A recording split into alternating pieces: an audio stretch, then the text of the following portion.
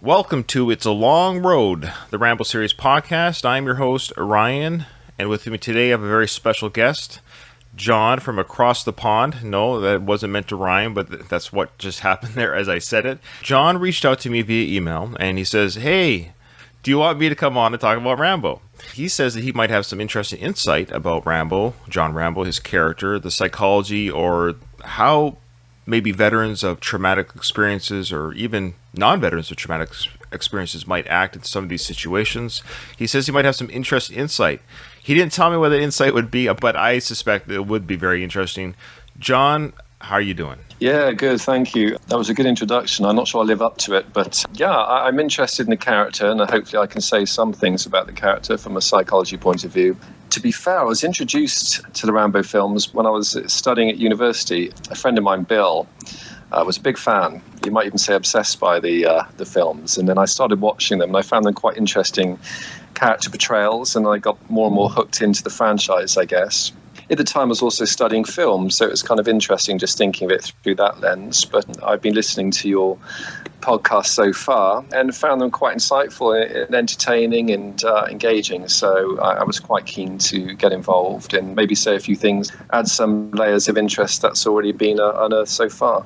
Well, it's very kind of you. Well, I appreciate that. And I appreciate you reaching out to me via email. If anyone else wants to reach out to me via email, we haven't gotten any emails really recently, which is fine. I mean, I'm not going to cry about it, but it's, I kind of missed the early chat at the beginning of the seasons, and it sort of stopped. The numbers have gone up. People are enjoying the show, but I guess nobody really has anything to say. But if you want to come and say hi, check out the show notes. I don't have this email memorized. I think it's Rambo series podcast at gmail.com.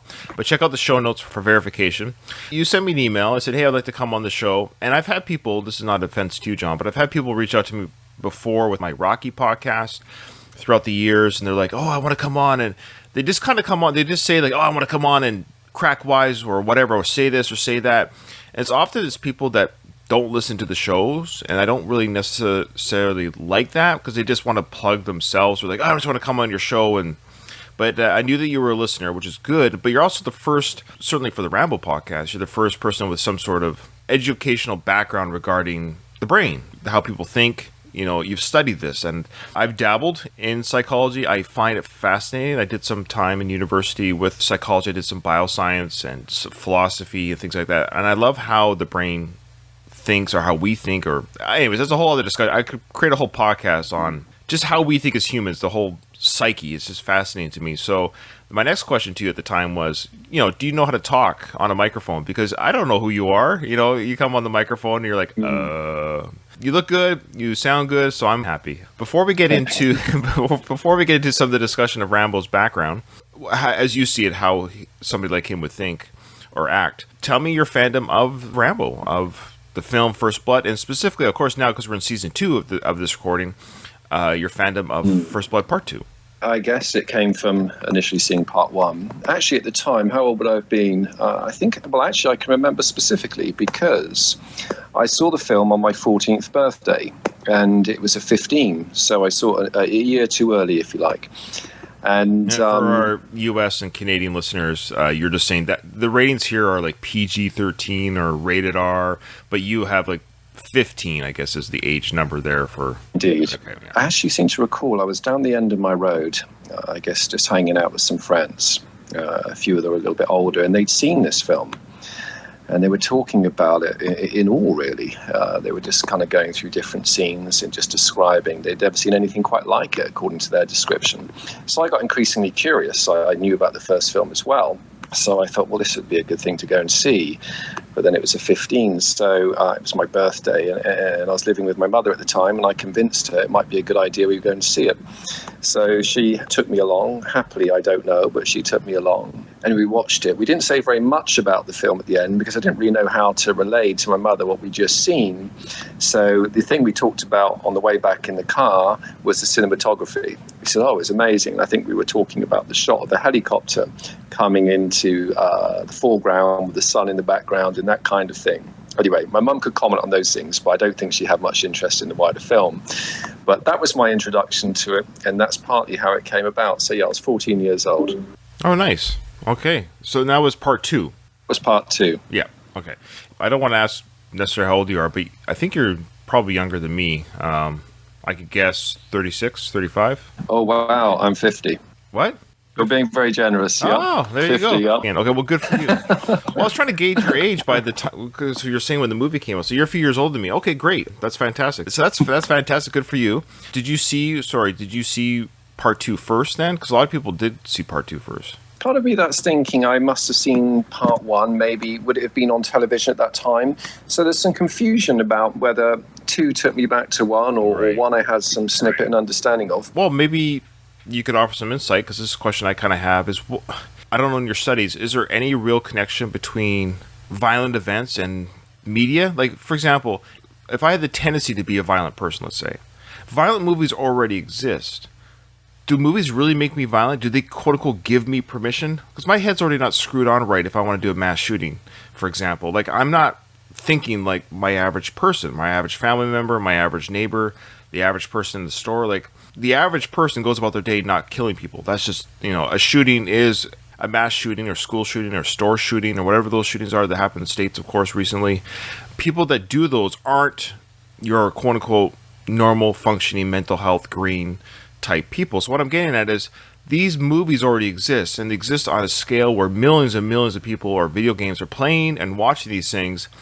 If video games, I don't mean to lead the witness, sir, but if video games and movies led people to violent actions, why don't we have millions of these things? And do they really inspire kids or people to create violent things, or were they just going to do it anyways? I.e., Hitler was just Hitler, and he didn't play any video games. So I know I kind of led how I feel about it, but I'm curious, is there any real evidence on your end in the science world that these things can make someone who would never be violent be violent? Well, you conclude, I suppose if I pick up at that point, somebody who would never be violent is difficult to answer that one necessarily. But if I just kind of go to your wider question, you get research from both sides, and we often hear, I guess there's also some interest in who funds this research, of course, but you'll often hear there is no link, and this gets reported with reasonable regularity across various media outlets, and whether they have an interest in saying that or not, I'm not kind of particularly overly questioning that, but reasonably regularly we hear there's not. But also there is plenty of studies that say there indeed is a connection. It feels to me reasonable to suggest there has to be some connection, but it doesn't feel that necessarily means people who watch it are going to turn to violence. But maybe certain ideas are born out of watching certain things, which maybe widens somebody's considerations in the negative of what they might do. Perhaps you might say it legitimizes in certain ways certain actions and behaviors, and I know that's been pushed against gaming for some time. Right.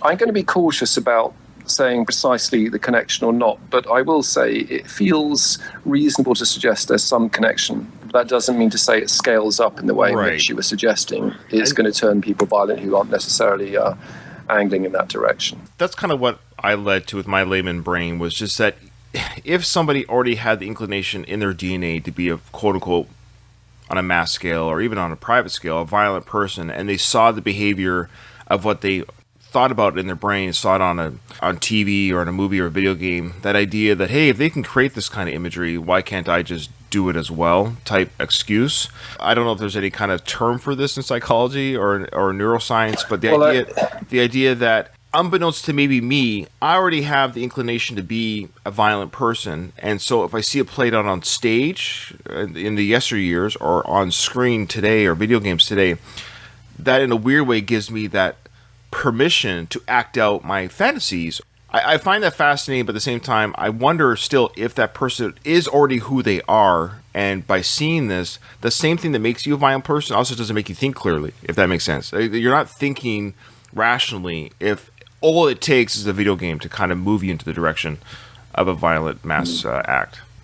I'm less attuned to the sort of intrinsic DNA kind of argument you were putting forward there. I suppose more I'm interested in the malleability of the human brain, the ways in which I suppose our environment can shape us. When you talk about DNA, I guess really we're talking about a nature-nurture argument here. Right. I'm more attuned really to the malleability of the human brain. Okay. I tend not to pathologize so much and have this idea of sort of this is going to come out, there's a fixed way of being which is just, I suppose, set at the point of birth for some individual. I can therefore sort of imagine how environments, exposure, plays a role in how we sort of consider ourselves in the world and how we act within it, I think could be a little bit limited just to sort of have this consideration of somebody had this propensity and they were going to do this anyway. I'm more interested in terms of the way in which our environments might shape us. I'm of the same mind of nature, nurture. Absolutely. You can't, obviously, the Ryan that is the DNA Ryan that exists right now, you put me in a wholly, completely different environment in my formative years. This same DNA Ryan now wouldn't be who I am today. Maybe to a large extent, I'm not sure. I have children. I'm not sure if you have children, but I have kids. And of course, if I was just to like physically abuse my children daily, I can't imagine they'd be who they are today if I did it for years. Like, of course, there has to be some sort of connection between one's environment, their culture, religion, education, nurturing, love, not love, whatever, all the flip side of everything I just said. Like, yeah, it's going to form.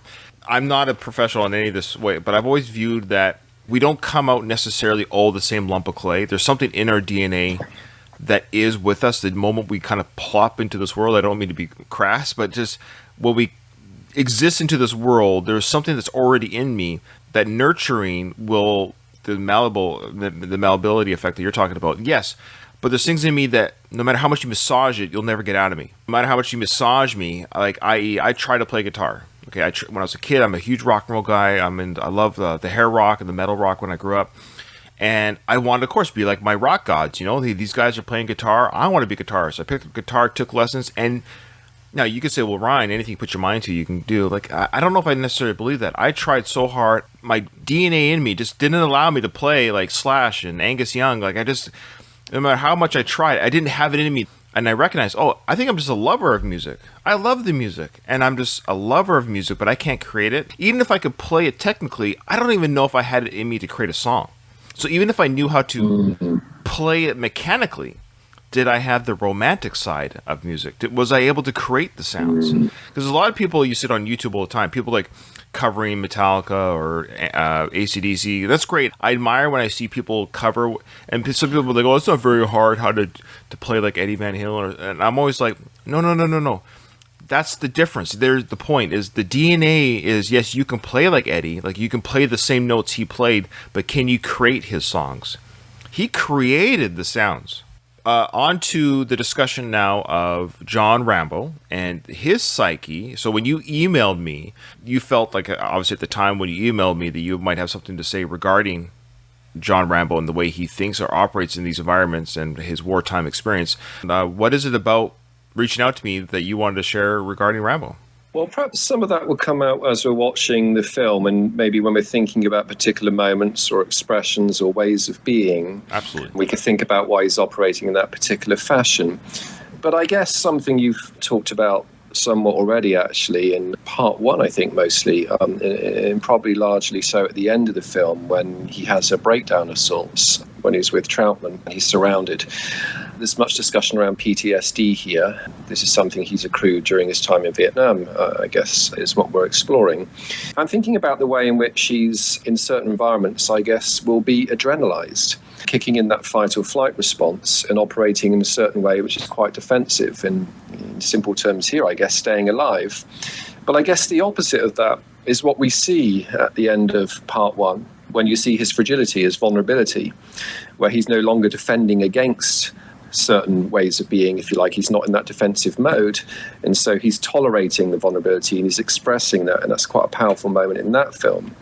And there's some kind of moments also, and I think in part two we see some of that fragility too, or that vulnerability. And I think in the scene it will come up when he meets the lady who's his guide, when he's dropped into or behind enemy lines. I forget her name in the film. Cole.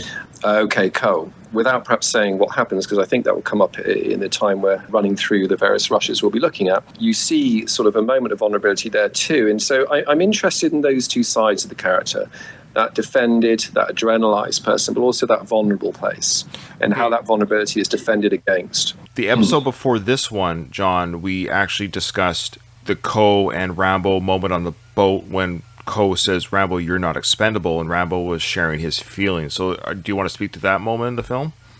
And maybe how that was the most vulnerable or softest we've ever seen Rambo, why that might have been? There is this moment, as you've just highlighted, Ryan, on the boat when there's this discussion of Rambo being expendable. self-effacing way he highlights. I think he says something about when you go to a party or you're invited to a party, you don't show, but nobody really cares. And that's his definition of that particular phrase. What did you think of that word? What did you think of that analogy that he used? I thought it was a pretty smart analogy. It's got a certain poignancy, hasn't it? It cuts through when he says that, and you feel that. And I guess in that moment when he's expressing his vulnerability by saying that, you kind of warm to the character, invites you in. It's those times where he's not pushing away. And so there's something very alluring about that, I guess. And when people are able to get behind their defenses and show who they are, it is something that really does, like I say, pull others in. And I guess when you're watching the film, that's why you have a certain connection in that moment. Coming up in what we'll be watching today is also the tragic scene where this Lady Ko, who I suppose he's building relationship with in different ways, shortly after her declaration, or his declaration, that they're going to go to America together, which she requests, and I guess they're falling in love for these few moments in time. She's then taken from him. She's shot within seconds later after that scene. And so you see this tremendous vulnerability in the character, and then you see his aggression straight after when he's shooting those, you might say understandably so, who've just shot the person he's likely to spend the rest of his life with. But those are the kind of the moments that capture my interest with this character. Okay, all right. Well, let's roll right into it. So where we left off now is Rambo and Ko are now being dropped off, like you said, kind of behind enemy lines, or closer to where Rambo was officially supposed to take pictures. Of course, he doesn't have a camera anymore, so I guess maybe he'll just draw something. I don't know. But he's getting dropped off now where the prison of wars may or may not be. So they reached the camp, the semi-looking like shanty town of a village where, of course, the music score has changed. That they're in a dangerous area, or this might be a dangerous part coming up for them. But they've reached the area where the prisoner of wars may or may not be. Point of interest, I don't know if it came up in one of your other discussions, but just looking at the scenery, the backdrop, as well as you're talking about the music score there, I understand this was filmed in Mexico. Interestingly, of course, Rambo Part 5 is in Mexico, but I think that was filmed in the Canary Islands, so I gather. Oh, Part 5? Yeah. Oh. So just a curiosity that the Mexico one wasn't filmed in Mexico, but this one was, although it's supposed to be Vietnam, as it were. Yes, that's right. I didn't know it was filmed in Mexico either until I started doing this season. I just never researched that much, but I guess that kind of makes sense. But it looks great. Like, I don't know what jungles look like really anywhere outside of where I live, and I don't live in a jungle, but I guess the Mexican jungle, it really passes for what I would think a Vietnam jungle looks like. It looks very Vietnamish. I know it sounds terrible, but all the Vietnam films I've seen, this looks just as well as any other place. Yeah, from my limited knowledge of those landscapes, I wouldn't have necessarily known it was replaced and filmed in a different country. But there are a few moments, and maybe we'll see them, where actually it does look like they're on a film set as well. And so something changes. But I can't quite remember where those are, but they'll perhaps pop up as we're going through. But otherwise, it's a pretty convincing set, yeah. There's something really neat and aesthetic about the 80s and 90s of before CGI kind of or backdrops took over, where the aesthetics of just the real land, I just really like how the real foliage just looks better than fake foliage. You know, it just feels better. And I think the actors kind of take that environment in too, the sense of danger around the real insects and what have you that are around the actors during these filmings that you don't get on a sound. Yeah, that's a really interesting point, actually. Just thinking about using real landscapes to land as opposed to CGI. I guess that says something about the character as well, doesn't it, of Rambo? Because when he's in the operational room before he's flown in behind enemy line, you see all this high-tech equipment, and I think he says the mind is the best weapon. And there's something very earthy about that. There's something very human. He's close to the land. He's not kind of being taken away by all this high-tech stuff. And I guess not having a CGI background, it being very grounded in that way, says something about the character as well. See? Camp empty. We'll move closer. So I always find it interesting that she did believe the camp was empty. Like, she's been around this area. Whoever was hiding these prisoners did a fairly good job that she is a local and a spy. She hasn't seen any prisoners yet herself. Yeah, it's a fair point. They do comment slightly later in the film that, or the POW that he temporarily releases before they're recaptured, he does mention they're moved around a lot. And I think he says, we've only just come back to this camp in perhaps recent days or weeks. There's a good chance she could have seen that camp empty for quite some time. And we have a scene here where we've gotten closer to the camp. There's definitely armed soldiers here. And I love how they have a prostitute has come to the camp, and she's on a little moped or whatever, and she knows where to go. So I love wherever she has come from, it's moped friendly. Okay. Like the trail, or, you know, from her, like, I don't know, wherever she lives or wherever she works out of. And she's all dolled up, and you think she's got to be nervous. Like, oh, yeah, I'm just going to go to this camp with a bunch of men, and I'm by myself. Oh, this is such a, you know, like she's delivering pizza the way she's acting. She seems to be very casual with the shoulders. Terrifying, I imagine. Terrifying, yeah. You're a whore from village. What is it? A bow, no sound.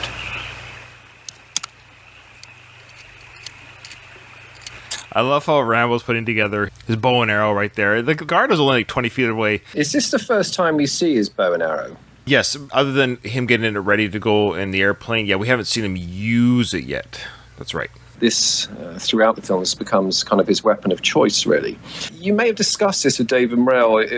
He wrote the novelization, I think, for part 2 and part 3. I think he dedicates a chapter to archery.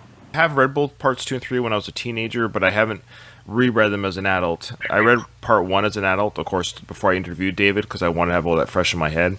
It is mentioned in part 1, or First Blood, the novel, so before all the films, that John Rambo was a bowsman. That was something that he did do. So it's actually mentioned. I think he kills and or does something with the bow in the First Blood. And I found that a nice little nod to the future character, that it wasn't a Stallone creation, because Stallone does like to... you know, obviously the Rambo character, like Stallone has, what's the word I'm looking for?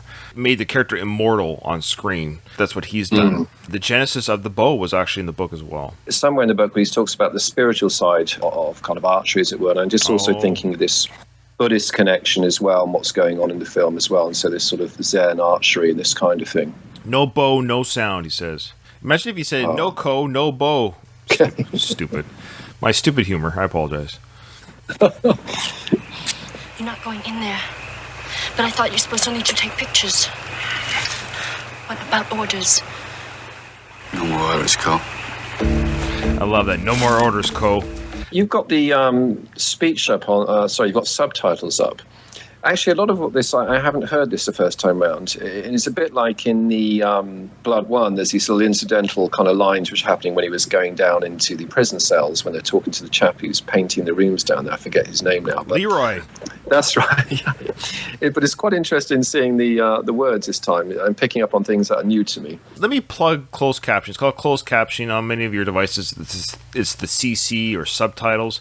I don't watch any movies that they don't have closed captioning. So I rarely go to the theater because I rely on closed captioning that much because of what you just said. There's so much dialogue that people don't catch because we are visual creatures and audio creatures, obviously. But there's times where we're watching the visual, we're not really paying attention to what they're saying because we might think it's I don't know what our brains do. It just decides I'm not going to pay attention to the audio or it doesn't come through very clear. But no, I absolutely love closed captioning because you catch little moments like that, little pieces of dialogue that, brain doesn't register, but I think your brain registers dialogue obviously better when you're reading it. I don't know why that is, but when you read the words. Quick side note, the reason why I started doing a closed captioning is when my kids were young, I couldn't hear the dialogue on the TV. Like, the kids are playing in the living room, so I wanted to tell my kids, hey, shut up, I'm watching TV, you little, I turned on the closed captioning so I could hear or read the dialogue, throughout. Okay. So ever since then, I've been hooked. So anyways, that's my little story, why I got hooked on closed captioning. Well, I'm certainly getting into it now. Well, I find a lot of people, once they get into closed captioning, they're like me. They're not hard of hearing. They just like not missing any of the dialogue. It's not like we're indulged in dialogue in these films. No. We've got to grab it when we can. So what I love here is we're seeing Rambo using his knife. His knife, the serrated edge of his knife is breaking open the barbed wire. He's put together his bow. It's nighttime now. No more orders, no pictures. Rambo's just going into this camp. Not guns a-blazing necessarily, but just metaphorically speaking. Yeah, and I suppose they're using the knife here as well, because if you look at the reflection in the moonlight, that's the thing that stands out. It's like Michael Jackson's glitter socks. That's Rambo's kind of thing that you know where he is. Yeah, that's hilarious. Good job. MJ, rest in peace.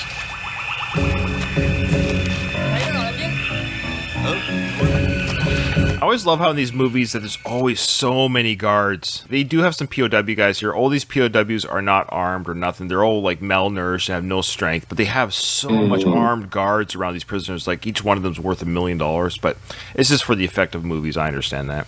It also allows Rambo to achieve his body count, I guess. So Rambo's now deep into the camp, and he's running around, and he's got his bow in his right hand. He's using the shadows of the trees and shrubs, and again showcasing just how good of a soldier he is, that he's able to get this deep into the camp and not be spotted. He had a couple near misses, but he's able to go very deep into the camp. We had that conversation about whether on a film set, whether in the jungle. These are the parts, I suppose, are more in a film set now. I agree. Yeah. That's right. I totally agree with Rambo jumping around those bushes and the makeshift village and what have you. Yeah, this would be soundstage stuff, absolutely. So now Rambo is looking underneath the floorboards of the whore from the village and one of the army men having a couple drinks, and he looked underneath. I wonder how long he stayed underneath the watch. No, anyways, he took off pretty quickly. Can't attribute that kind of behavior to Rambo. No, he's not a peeping Tom. So yeah, soldiers are walking around, talking, chattering on their ships. What you expect from any kind of camp where there's guards around, but it's a very busy little camp. And yeah, I think that shot there, John, is soundstage here. What do you think? I don't know. It's tough to say. There's a lot of foliage there. I don't know. So are you debating whether we're in a studio now? I don't know. It's just the way it's lit. Yeah, I don't know now. Yeah. A lot of Rambo just running around, giving the audience a sense of danger. He's in the thick of it, right? He's in the hornet's nest. So he's gone deep. He's not taking pictures, but he's taking Rambo pictures in his mind, trying to figure out where because he knows he's not an idiot. There's soldiers. Why are all these guards here? Why do we have all these guards? What are they guarding? If there's nothing here, why is this place established? It's so established that, yes, we have the prostitutes from the village come to visit this place. There's guards with guns. So something's got to be here. So he's trying to find out what it is, and now he's just seen a makeshift jail-like cage made out of bamboo. So he's going to go towards that now. He's like, bingo. And I know he's going in under darkness, so he's not seen, but I guess it also sets a kind of a tone for this sort of the dark energy, this camp, what's going on in this place. Yeah. So you hear some groaning of men.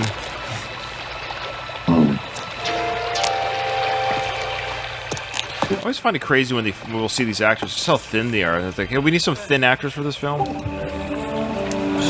Yeah. I don't know if they're method actors and put the effort in to not eat for a while, or whether they just found people who are ready for the role.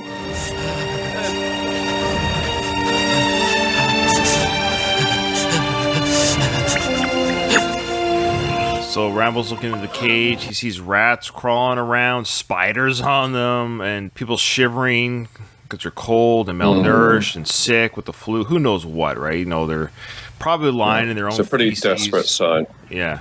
So Rambo knows now that they're there. So now he leaves them, though. He doesn't want to alert them. He goes back through the waterway. So you're thinking to yourself, what is he going to do now that he knows that they're there?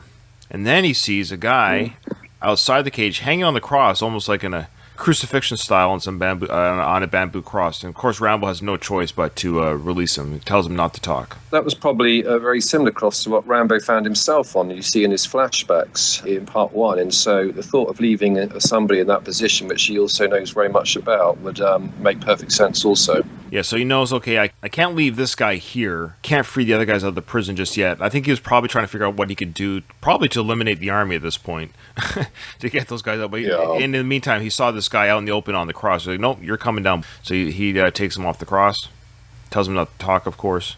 I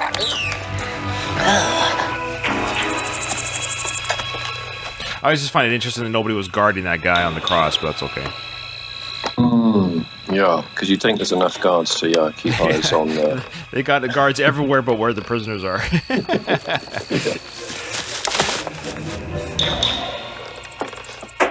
this guy hears something in the bushes, turns on the spotlight, looks around. There are others. I'll be back.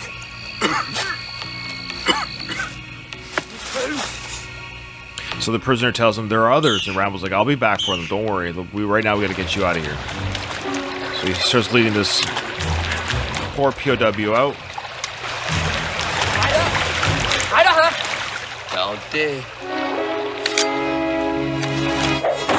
Alright, victim number one. Remember the beginning of the film where Rambo's putting together his kit, and he puts in those two little knives that go, facing each other. Ah, yes. And yes. I said in that recording, I say, I bet you we're going to see this knife be used, because of course they had to show it. So he took it from his bootstrap, the little mini knife, and threw it right at the guy's, I guess, heart, and it kills him instantly, which I love the accuracy that Rambo's able to throw that knife. It's just funny, because in real life, like, to be able to throw a knife with such force and velocity and accuracy to knock out a guard silently. And in real life, if that knife was thrown at you, it probably, it would pierce you, like, ow! Hey! Whoa! That kind of hurt. Dude! Like, you'd be yelling out in pain at the very least. But I love how he just falls silently. There's no instant death from that little blade. It is kind of funny how people die so quickly with knife wounds. Because, like in those crime stories stuff you hear all the time, man stabbed 37 times, still walks to the hospital, but this guy goes down with one little piercing. He's certainly a master of his craft. Yes. Well, yeah, he's Rambo. He doesn't miss, man.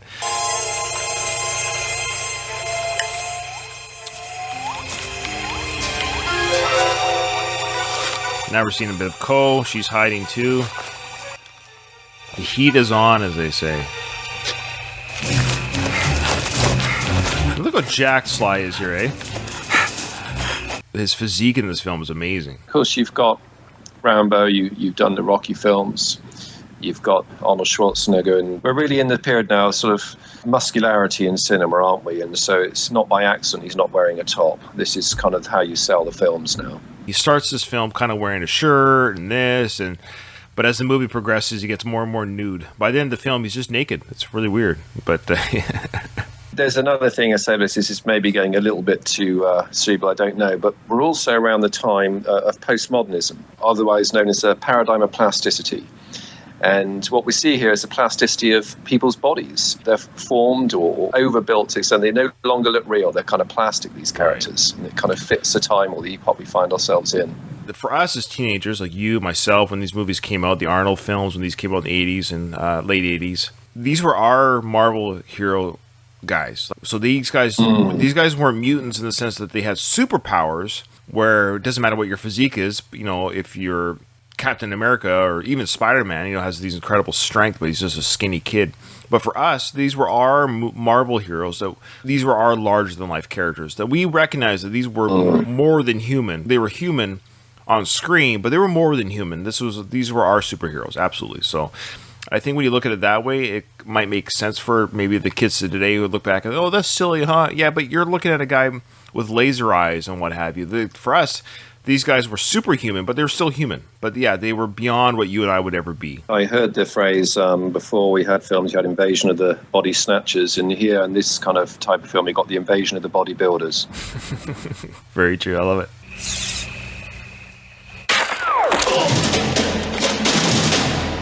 So Rambo just took out a guy with a spotlight. Can only assume that he wasted that arrow on that one guy because that spotlight might have been nearing where their exit was, so he took him out. So now they're back at the house where the woman from the village is with the guy, and I love how she's like, "Hey, come back inside here." I think we're to assume he's nude. She tells him to come back inside the hut and make love to her again. Now, I love Ko as a character and stuff. It's the 80s, of course, so she gets saved by Rambo. I kind of wish we saw Ko do more than just being saved by Rambo. But so Ko's in there, and she's about to get shot by this Vietnamese officer. I can only imagine he hesitated killing her because she was so pretty, and that gave Rambo enough time to shoot that guy in the head with an arrow. Classic. I love that violence. The arrow in the head. We know he is a skilled bowsman. He can shoot you wherever he wants, but I love how it's like, no, I'm going to get this guy in the head. I think that would be a fun hit. He definitely was aiming. And it pierces the guy to the tree. So the velocity of the arrow is so strong that it goes through the guy's cranium, pins his head to the tree, and they get a little close-up. Classic 80s violence. Almost comical now, but it's just, back then it was quite brutal. Oh man, the arrow went through his head. Ooh. Yeah. So now it's daylight. Guards are doing their rounds and they're seeing dead bodies and they've raised the alarm. So we're led to assume that Rambo did all those stealth killings. I think he killed 3 or 4 guys without alerting anybody in the process. So now it's daytime. They're seeing the kills. Now we're cutting back to base camp here. Troutman's getting ready for the extraction team. So Murdoch said, "Yeah, fine, Troutman, you can go. Yeah, we gave Rambo 36 hours. So if you want to, you can go pick up the guy. Sure." This chap on the left, you can see on the Cove. screen now. Okay, I think he was a policeman in the American cop series Cagney and Lacey. Was he in that? I'm not familiar with Martin Cole's I understand he career, was. other than, of course, he was on Karate Kid. Ah, okay. Cagney and Lacey, you said? Cagney and Lacey, Yeah, you're right. Cagney and Wow. Lacey. You know Okay. what? I never knew Martin Cove played in And Cagney and Lacey, interesting there, you got two female leads at a time where there wouldn't be many female leads, I suppose, in American cop shows. And then if you contrast this film, pretty much as you've highlighted, the women we've seen here are prostitutes or Bo, who sadly meets her demise in this film. And there's much written around the there just simply isn't a place for women in film. Men just take over, and if they're there, they're extras or they're gotten rid of in some way. Other films like Thelma and Louise kind of highlighting the ending of that film. There's no place. Effectively, they drive off the cliff because they can't exist. They can't have these strong women. Yeah, that's true. Cagney and Lacey was kind of revolutionary to have two female leads for a TV show. But you're right, in this film here, especially an action film, us guys, we don't want to see women kicking butt. You know, it's the men that kick butt. They save the day type thing, and it is unfortunate. But to Sly's own credit, though, the fact that he even had a female cohort with him in the jungle, and at the same time having Co there, as we'll see soon, it opens Rambo up. A male counterpart wouldn't have been able to do. You have plans? Minus 1 hour to extraction. I hope for his sake we're not just wasting fuel. Let's get moving. What a stupid thing to say. I hope for his sake he's not just wasting fuel. Well, what he's saying is if he's dead, then he's not there, right? So the fuel's wasted because no one's there. But either way, it's not a waste of fuel. You need to verify his existence or not. Either way, the helicopters, they need to do their part of the job. Their part of the job is we will be there at the extraction point to come get you. The only way to verify that is to go there. So it's never a waste of fuel. You have to visually verify his existence or non-existence. Either way, they have to go back and say, we went there, because they have to answer to people, right? They have to answer to their superiors. Yeah, the mission failed. We went there. He wasn't there. What's plan B? So it's not a waste of fuel either way, whether he exists or not. It doesn't make sense. It hardly seems a waste of fuel, which is going to cost, I don't know how much fuel cost back then, but right. Earlier in the film, they're talking about, I think, multi-million-dollar computers that are just there for Rambo to kind of watch his kind of mission, and yet he's talking about wasting fuel. Right. I understand it's a plot device. They're just showing how much they don't care about Rambo. But, again... Indeed. So now the Vietnamese soldiers, there's so many, I don't get why there's so many of these guys. Anyways, they're all coming out of the, literally the woodworks and hunting Rambo, the escaped POW, and of course Co. Of course the POW is ill, he's sick, he's weak, he can't keep up with them. They've stopped to rest for a little bit, and now the POW is going to talk a little bit to Rambo. Good thing you came when you did. Why is that? They move us around a lot, harvesting crops. Only been there a week. When was the last time you were in that camp? A year. Yeah. What year is it anyway? 1985. Camp's supposed to be empty. Yeah, it's supposed to be. Come on. They move around, so they're smart. I wonder why they're even bothering keeping them alive. Like it's a lot of work. I wonder what they're. Is it just to see them suffer? I'm not sure, but Murdoch comments on it later. And so maybe I could just say this, that there's a rationale for keeping the POWs. And I'll just say Murdoch will comment on this later in the film. I can't quite remember, but it will come up shortly. Yeah, I can't remember either. Okay, so here we go. So, they move the camps around for the harvests and what have you. And I love how he says, what year is it? And Rambo says 1985. We don't get years very often in any film. Like, I don't think it's ever mentioned again in the Rambo films at all. I know in films in general, they try not to say what year it is because it just ages any kind of film that much more. But you can do that in this film because it is about the Vietnam conflict to say what year it is. What year did the Vietnam War end? Was it 79 officially or something like that? Something like late 70s. Yeah, I don't know. Yeah, but if you're right, we're talking about 6 years in that case. They've been in this. I think that's what they're showing you, that he's been a prisoner of war for at least 4 to 6 years, which he shows the face like, oh my gosh, I have been here maybe even longer. Like to him, time is almost irrelevant, right? So now we see the helicopter coming in. Trautman's checking his watch to make sure they make the landing point okay. Rambo's now carrying the POW over his shoulders because they got to make time. So now he's just going to carry the guy. Makes sense. They're still traveling through the woods or the jungle while the Vietnamese are closing in on them. And the Vietnamese captain is... I like how they kind of show that he's not a totally idiot captain. Like, he's leading them pretty good here. So this captain will come into play later, of course. So he's a competent type leader. He's telling his soldiers, go this way, come this way, this is where they are. So right now, Rambo, the prisoner, and Co. are on the boat. So they've made it to the pirates' boat. They're on the boat now with the pirates, making some headway on the river with the pirates. And then we cut to Murdoch, back in command center, looking at the computer screen view. But of course, I don't think he's really looking because he cares. I think he's oddly nervous that they do find him, that they do find Rambo. You already get that sense, like, ugh, I really hope they don't find Rambo. There's a look of uncomfortability about him. He's sweating. He doesn't look terribly good. So the Vietnamese soldiers get to the riverbank. The captain calls in and says, hey, they've taken off. They're on this riverboat. Like I said, this guy's very competent, which I like. They show that this guy is not a slouch in his own right. He calls in the make and look of the boat they're on the river. Now, Rambo, Co, and the prisoner, I don't know if we ever get his name, but they're in the kind of cabin of the boat, and they're about to have a conversation here. We were talking about him not having a shirt on earlier. He's got his shirt back on. We're talking about muscularity in cinema, and he's got his shirt back on here.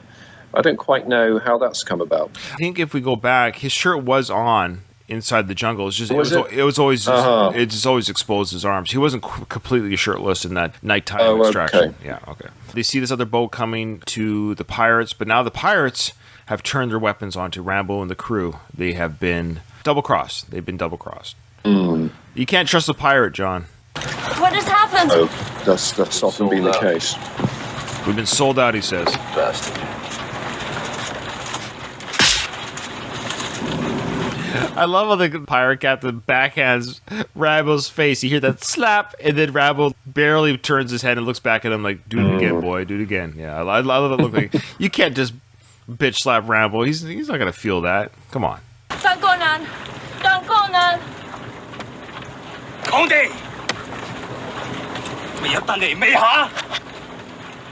Oh, these weapons. Oh.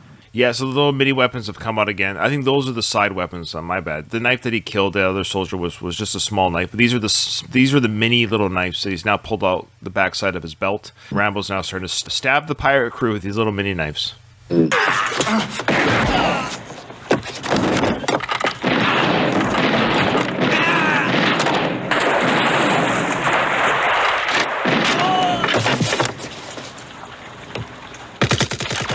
There, Co got one. One for Co. But this seems not wholly dissimilar to the pirate scene you see in Rambo Part 4, is it really? Yeah, same idea. That close quarter combat, quick kills. Great little action sequence there. Rambo takes him out with the shotgun, uses the weapons that are around him, dispatches of the pirate crew, and now the Vietnamese patrol boat is coming towards Rambo and his gang, though. So they're not out of the woods yet. Excuse the pun. Hey, jump! I fight. Jump! Go on!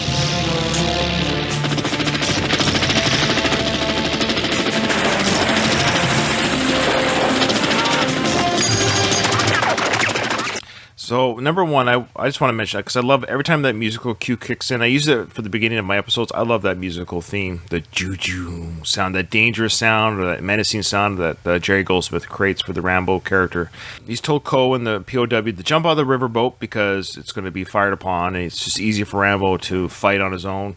So they jump into the water to safety and freedom, and Rambo remains on the boat while the Vietnamese patrol boat just lays waste with just fires into that boat like crazy, trying to kill this American. This is unbelievable because there must be about 1,000 rounds go into this boat and not one touches him. I mean, I know he's lying down, but nevertheless, it's quite a fate, isn't it? Well, if you're ever fired upon by an M60, my advice is just lie down flat. That's a good idea. Okay, good advice.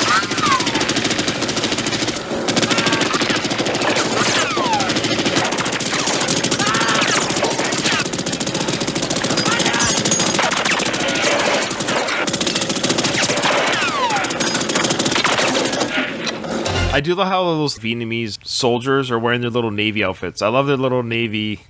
They're wearing the white and blue. It's like little Navy outfits. I missed that. Yeah, because they're Navy, right? They're on the water here. As a Navy man myself, I just noticed they're wearing Navy uniforms. Can you imagine these guys just woke up? Today we're patrolling the area, just normal patrol day. And they're like, hey, this is our big day.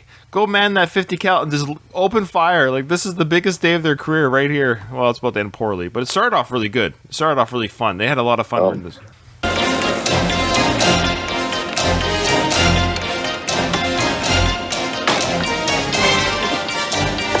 Now, if you remember, dear listeners, that Rambo saw that there was an RPG in that little hut there that the pirate captain showed him earlier.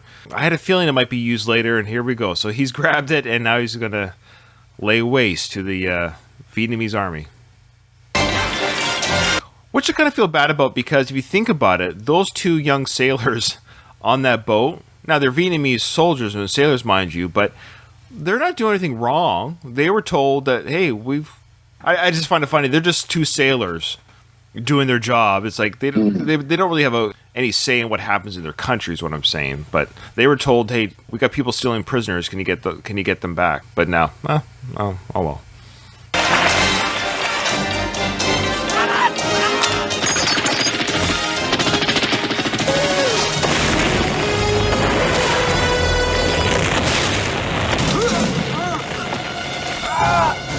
So, classic little scene here where, of course, Rambo blows up the, I love the explosions there, watching those edits. Blows up the Vietnamese patrol boat.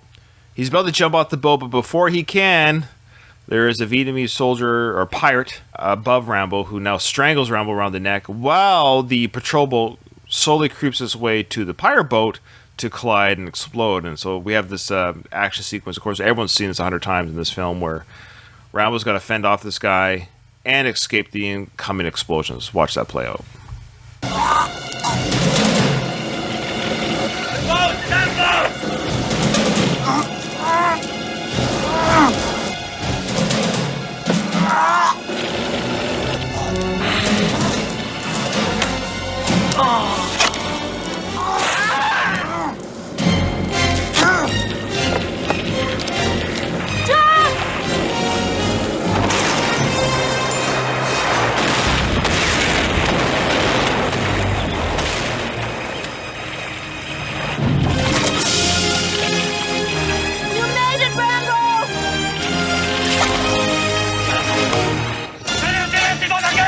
The music score kicks in again here. That moment with the music, it really kind of captures, doesn't it? The elation. Yeah, I love you made it, Rambo. She's so excited. You made it, and it's almost quaint to see those little explosions now compared to, like, again, the Marvel Universe explosions and craziness. It's just kind of quaint to see these two boats collide and go boom. It almost seems quaint compared to today's, but I like it.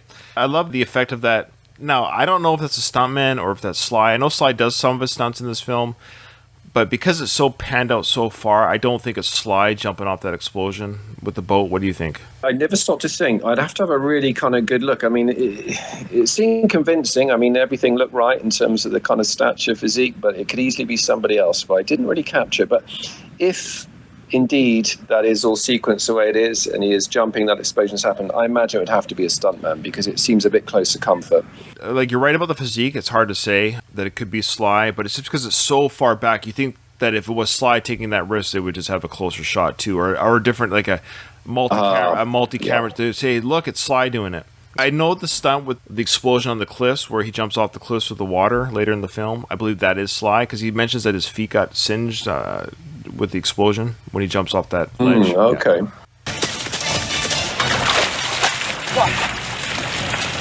right, so they made it across. They're going back to the land. Rambo's armed himself now, of course, with the weapons from the pirate boat. He made sure that he grabbed some before he left the boat. Jesus, we go on from here. You better I stay till end. This is the end. Rambo, you're not expendable. See their relationship building through all these scenes.